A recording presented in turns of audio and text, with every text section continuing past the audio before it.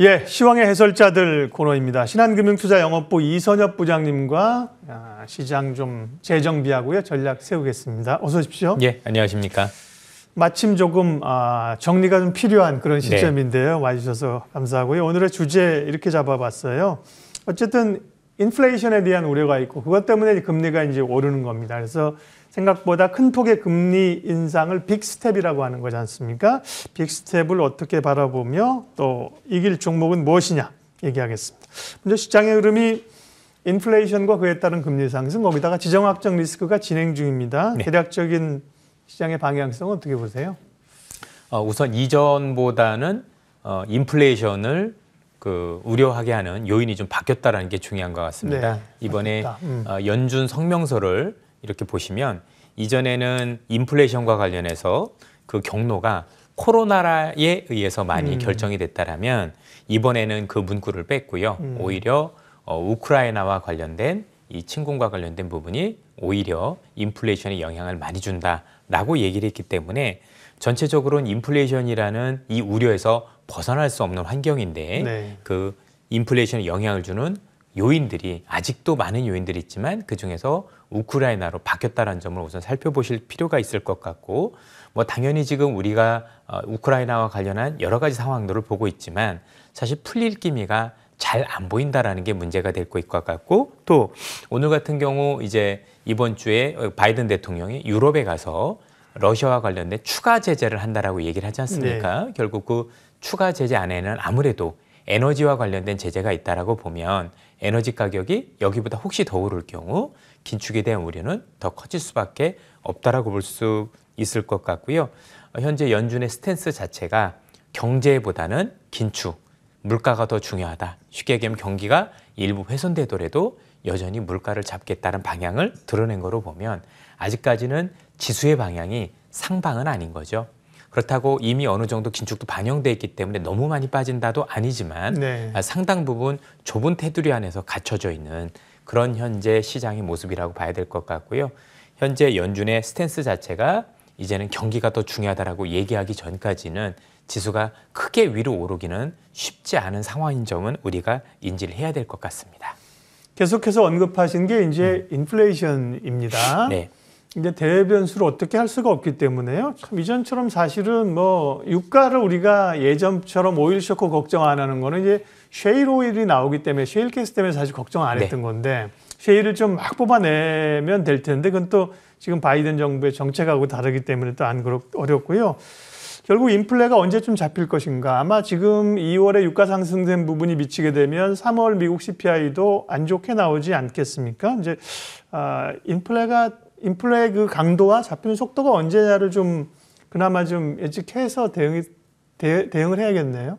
그렇습니다. 네. 근데 사실 대응을 하기는 쉽지 않은 변수죠. 네. 지금 말씀드렸던 변수가 사람으로서 예측할 수 있는 변수는 아니다라는 게 굉장히 중요하고 뭐 예를 들어서 우크라이나 변수만 하더라도 당초 시장이 예상했던 것과는 계속 다른 양상으로 가고 있는 네. 처음에는 전쟁이 안 날 것처럼 저도 생각을 했는데 났었고 또 전쟁이 난다 하더라도 현재 러시아의 전력으로 보면 생각보다 우크라이나 침공과 관련된 기간이 짧을 줄 알았는데 생각보다 길어지고 있고 여러 가지 점들이 당초 예상들을 많이 벗어나고 있다 보니까 예측하기 어려운 상황들이 많이 되고 있는 것으로 보여집니다. 다만 이것과 관련해서 지금 미국과 서방 국가들이 이런 와중에서도 물가를 낮추려는 특히 유가를 낮추려는 노력들은 많이 하고 있다. 예를 들어서 이란과의 핵협의 이런 것들도 있을 거고 오늘도 보니까 전체적으로 바이든 대통령이 미국의 오일 관련 업체들한테 좀 증산을 해줬으면 하는 그런 요청을 했더라고요. 네. 그래서 JP모건의 다이먼 총재하고 같이 뭐 회의를 하면서 그런 발언들이 있다는 걸 오늘 기사로 본 적도 있고. 그런데 그런 대외적인 것들은 노력은 하지만 뭐 소위 쉽진 이제 않은 거죠. 뭐 게임 체인저가 될 수는 없어서 금리를 올려서 지금 이제 인플레를 잡으려고 하는 노력들을 하는데 그거는 이제 실효성이 있을까 의문도 좀 얘기를 합니다. 그렇습니다. 네. 전체적으로 금리를 올린다고 해서 유가가 내리지는 않겠죠. 하지만 그렇죠. 지금 물가가 오른 요인들 중에 사실 에너지 가격도 굉장히 중요하지만 에너지 이외에도 우리가 임금 인상 또 아니면 임대료 관련해서 부동산 가격도 굉장히 큰 영향을 많이 미치고 있는 것도 사실이고 또 시장에 너무나 많이 뿌려져 있는 이 유동성이 여전히 강력한 수요를 뒷받침하고 있는 부분들도 있기 때문에 네. 금리 인상을 만약에 하게 되고 또 긴축을 강하게 하게 되면 일단 지금 말씀드렸던 유동성과 관련된 그런 수요가 좀 일부 꺾일 수 있고 또 얼마 후에는 이제 QT라는 걸 하겠죠. 네. 양적 긴축이라고 할 텐데 여기서 MBS라고 불리는 주택저당채권을 같이 팔 경우 그러면 주택시장이 현재보다는 조금 상승세가 둔화될 수 있거든요. 그러면 임대료 부분에 대해서 물가가 오르는 걸 억제할 수 있기 때문에 전체는 아니지만 어쨌든 간에 우리가 알고 있는 인플레이션에서 중요 요인들을 일부 완화시킬 수 있다는 점 때문에 긴축을 서두르게 있는 게 아닌가 이렇게 판단을 해볼 수가 있을 것 같고 어쨌든 에너지 가격 상승에도 불구하고 유연을 하다 이렇게 보고 있습니다. 경기 침체 얘기로 좀 넘어가도록 하겠습니다. 그런 인플레이션도 뭐 극복을 하고 가고 사실은 코로나 위기도 주가로만 보면 굉장히 빠르게 지금 사실 극복을 하고 온 건데 이게 최근의 우려들은 인플레이션이 경기 침체를 불러올 수 있고 그런 그 지표를 보면 전조들이 좀 나오고 있다 이런 우려들이 있잖아요. 예. 어떻게 보세요? 그 전조로 지금 가장 크게 얘기하는 게 미국의 장단기 금리 역전이죠. 예. 보통 이제 연준에서는 3개월물하고 10년짜리를 보기도 하는데 네. 시장에서는 2년물하고 10년물의 역전을 보는 거죠. 네. 많은 시청자분들께서 10년하고 2년물이 역전되면 왜 경기 침체 신호입니까? 라고 얘기를 많이 하시는데요. 2년물은 통상적으로 미국의 통화 정책을 반영을 하죠. 2년물이 오른다는 얘기는 금리가 오른다는 얘기가 되는 네. 거고 요거를 조금 더 우리식으로 해석을 하면 비용이 오르는 거죠. 금리가 오르는 만큼. 그렇겠죠. 예. 근데 10년물은 경기를 반영합니다. 자, 그럼 요거를 그대로 얘기를 하면 10년물과 2년물이 교차됐다는 얘기는 비용은 늘어나는데 경기는 안 좋다는 얘기가 되겠죠. 기업적인 측면에서 놓고 보면 기업의 비용이 늘어나는데 매출이 떨어진다는 얘기가 될 거니까 요것 자체를 가지고 우리가 알고 있는 경기 침체에 대한 우려라고 하는데 제가 볼 땐 그렇습니다. 경기 침체가 있을 거냐 아닐 거냐 지금 판단하기 좀 어렵지 않을까라고 생각이 들고 네. 분명한 부분은 현재 있는 상황에서 긴축에 대한 강도가 더 강해지면 침체를 피할 수 없다라는 게 정설인데 현재 상황만 놓고 보면 그 정도까지는 아닌데 앞으로도 물가가 더 상승세가 지속되고 이로 인해서 연준의 긴축이 더 강화될 수 있다라면 침체를 피할 수 없다라는 게 전체적으로 시장의 방향인 것 같습니다. 잘 아시다시피 이미 연준도 이 긴축을 통해서 경기가 좋아질 거라고 판단하지는 않습니다. 그래서 현재 취하고 있는 긴축의 목적이 연착륙 아니겠습니까? 말 그대로 경기가 좋아지는 게 아니라 내려가긴 내려갈 건데 침체가 아닐 정도까지만 하겠다는 게 연준의 생각인 건데 이 연준의 생각이 현실화되려면 어쨌든 우리가 보고 있는 지금 네. 물가가 잡혀야 되는데 변수들이 많죠. 그렇죠. 예. 이 하반기에 잡힌다는 모를까 하반기에도 물가가 잡히지 않고 여전히 기승을 부린다라고 한다면 피할 수는 없겠죠. 하지만 앞서도 말씀드렸다시피 지금 침체를 논하는 건 아직 조금 이르고 현재 연준의 적극적인 노력 또 하반기에 또 우크라이나 사태가 또 해결될 수도 있는 거 아니겠습니까? 네.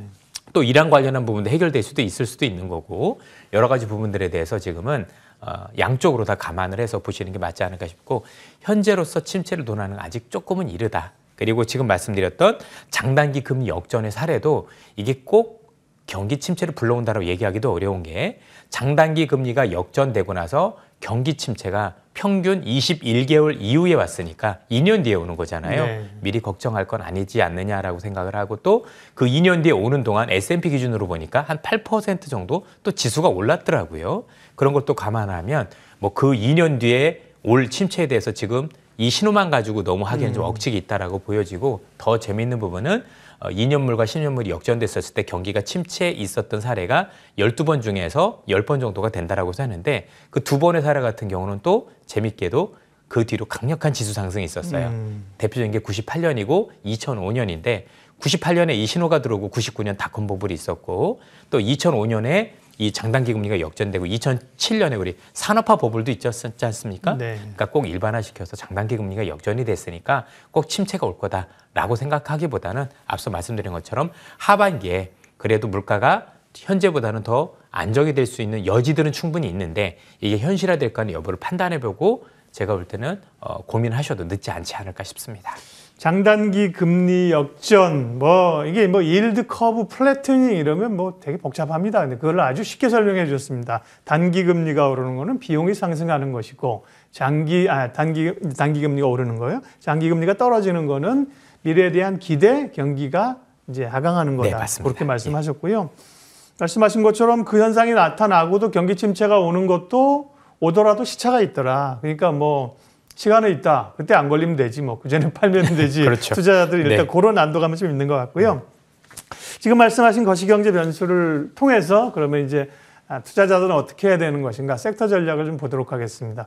그런데 교과서적으로 보면 이제 금리가 올라가는 시기면 성장주들이 매력이 떨어져야 되거든요. 그래서 지금도 덜컹했는데 다시 금리가 오르는데 미국 빅테크도 국내 성장주가 좀 다시 관심을 갖습니다. 이거는 뭐 어떻게 해석해야 되나요? 우선은 미국의 빅테크들 같은, 그러니까 네. 이전에 비해서 성장주들의 금리에 대한 민감성이 예전만큼은 아닌 것 같아요. 예. 우선 금리가 오르면 아무래도 시중에 있는 유동성이 줄어들 거니까 줄어드는 유동성만큼 고밸류를 주기는 어렵겠죠.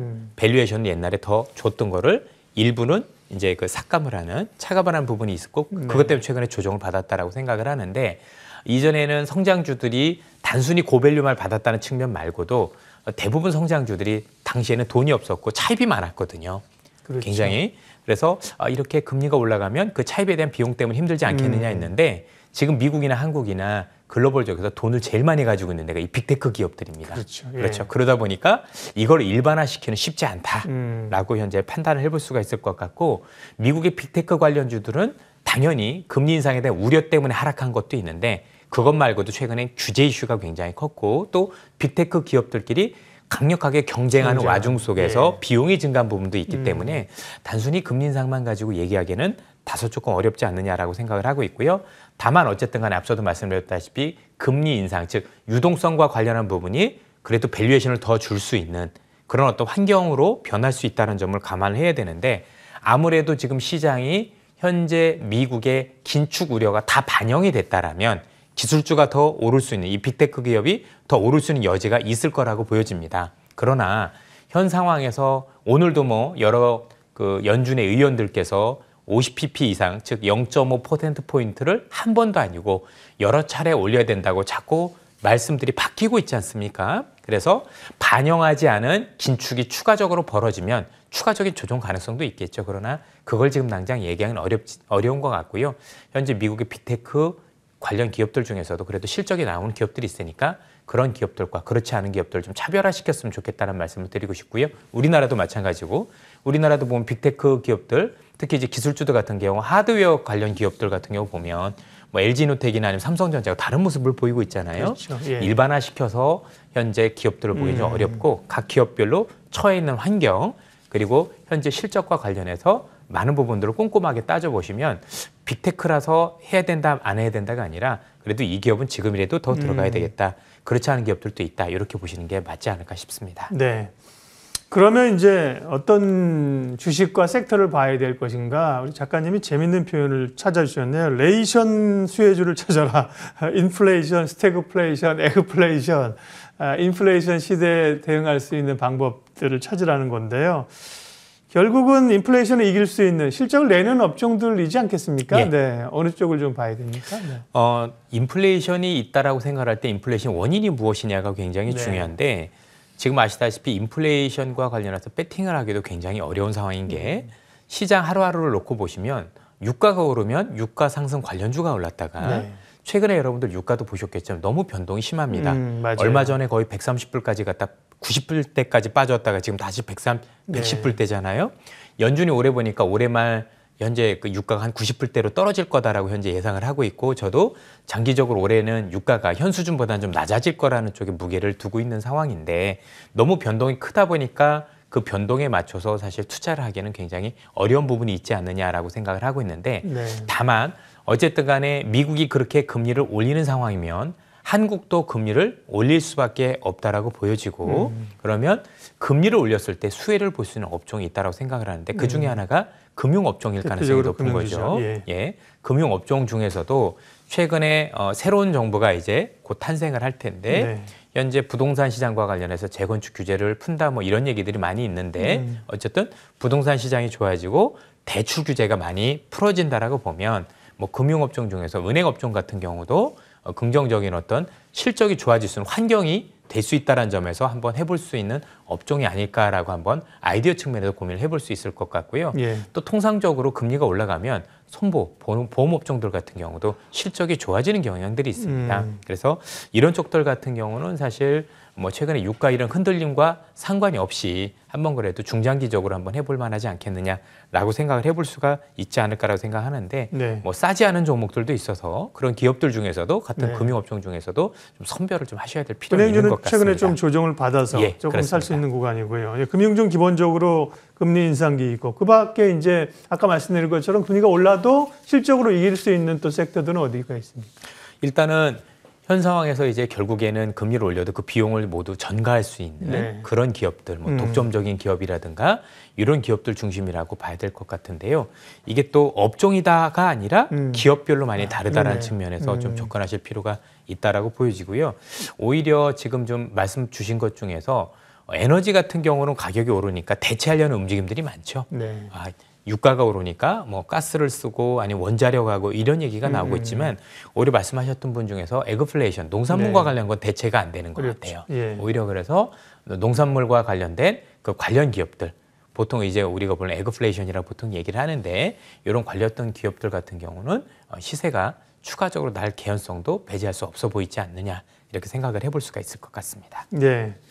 금융. 오늘은 뭐 그쪽 포커스를 맞췄습니다. 전반적인 산업이나 사실 실적 이렇게 맞춘다면 뭐 당연히 IT 쪽, 뭐 IT 하드웨어나 이런 쪽도 얘기를 해야 될 텐데 오늘은 인플레이션에 포커스를 맞춰서 인플레이션을 이길 수 있는 종목 쪽으로 금융주, 그다음에 비용 전가할 수 있는 뭐 농산물 관련주들까지 살펴봤습니다. 신한금융투자영업부 이선엽 부장님 함께했고요. 이 내용은 저희 머니투데이 방송 유튜브에서 시황의 해설자들 코너에서 다시 확인하실 수 있습니다. 함께해 주셔서 고맙습니다. 예, 감사합니다.